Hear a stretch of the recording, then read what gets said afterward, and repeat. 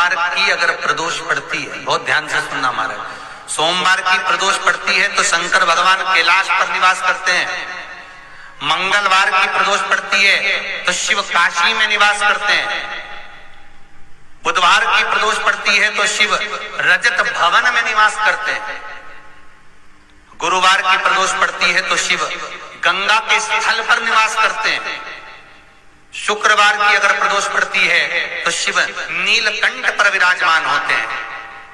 शनिवार की अगर प्रदोष पड़ती है तो शिव शमी के वृक्ष के नीचे रहते हैं। और रविवार की जब प्रदोष पड़ती है तो शिव बेलपत्र के पेड़ के नीचे निवास करते हैं। महाराज ये एकादशी शंकर से कह रही है कि आपका स्थान ये नहीं कि आप कैलाश पर मिले, उस बार को उस तिथि के दिन उस हमारे यहाँ कहते हैं सोमवार की जो प्रदोष पड़ती है वो इच्छा पूर्ति करती है।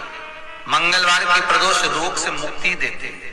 बुधवार की प्रदोष कामना की पूर्ति करती है। गुरुवार की प्रदोष शत्रुओं का नाश करती है। शुक्रवार की प्रदोष सुख और शांति देती है। शनिवार की प्रदोष संतान का सुख देती है। और रविवार की प्रदोष जो काम दुनिया में कोई नहीं कर सकता वो अचूक फल की प्राप्ति रविवार की प्रदोष करा देती है। महाराज ऐसी प्रदोषों का नियम वर्णन किया चाहिए। भगवान कहते ठीक है तू थोड़ी देर खड़ी हो।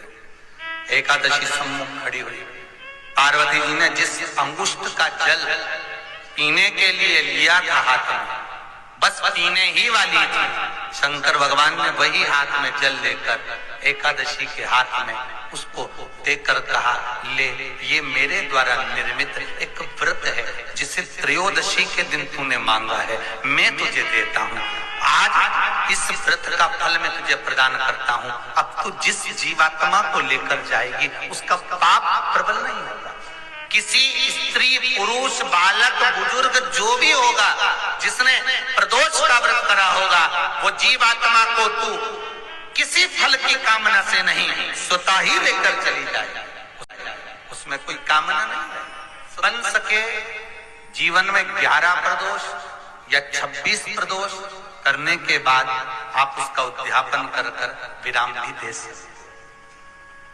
पर जीवन में एक बार प्रदोष का व्रत मौका मिले, जिस कामना से जिस दिन का भाव आपके मन में आए कि मुझे रोग से मुक्ति पाना है तो ये प्रदोष मुझे करना है, मैं रोग मुक्ति के लिए हम जो भी आपके मन में आ रहा है, संतान प्राप्ति के लिए शनिचरी प्रदोष आप उसका स्मरण करें। फिर लिखा शिव महापुराण में बड़ा सुंदर लिखा विद्या जी ने, मान लो आप प्रदोष का व्रत नहीं कर सकते, आप अगर व्रत नहीं कर सकते तो प्रदोष के दिन प्रदोष काल में शाम का समय सूर्यास्त का कुछ पल कुछ घड़ी के पहले से लेकर बाद तक का प्रदोष काल के अंतर्गत आप शंकर जी के मंदिर में जाकर 1 लोटा पानी 5 बेलपत्र भी अगर समर्पित करते हैं तो संपूर्ण प्रदोष का फल आपके भाग्य में प्रबल हो जाए। प्रदोष व्रत का नियम जो आप ले रहे हैं, प्रदोष व्रत को जो आप श्रवण कर रहे हैं उसको जरा ध्यान से सुनिएगा। सबसे पहले स्नान ब्रह्म मुहूर्त का सुबह का, उसके बाद में फिर आसन पर बैठकर भगवान की भक्ति को धारण करना, शंकर का अनुमोदन करना, शिव भक्ति में डूबे रहना, शंकर का स्मरण करना, शंकर के नाम का स्मरण करते रहना। ये प्रदोष का मूल तत्व। प्रदोष व्रत करने वाले को भोजन नहीं करना चाहिए। फलाहार करो, उसमें भी नमक का सेवन मत करो। प्रदोष व्रत में नमक का सेवन वर्जित होता है। पूजन करें प्रदोष काल में, शिव की आराधना करें। आगे वर्णन आया, प्रदोष व्रत करने वाले को प्रदोष के दिन प्रयास करना चाहिए कि रात्रि के समय पर आधा घंटा 10 मिनट 20 मिनट जागरण करे। जागरण मतलब थोड़ा भगवान का भजन कर ले।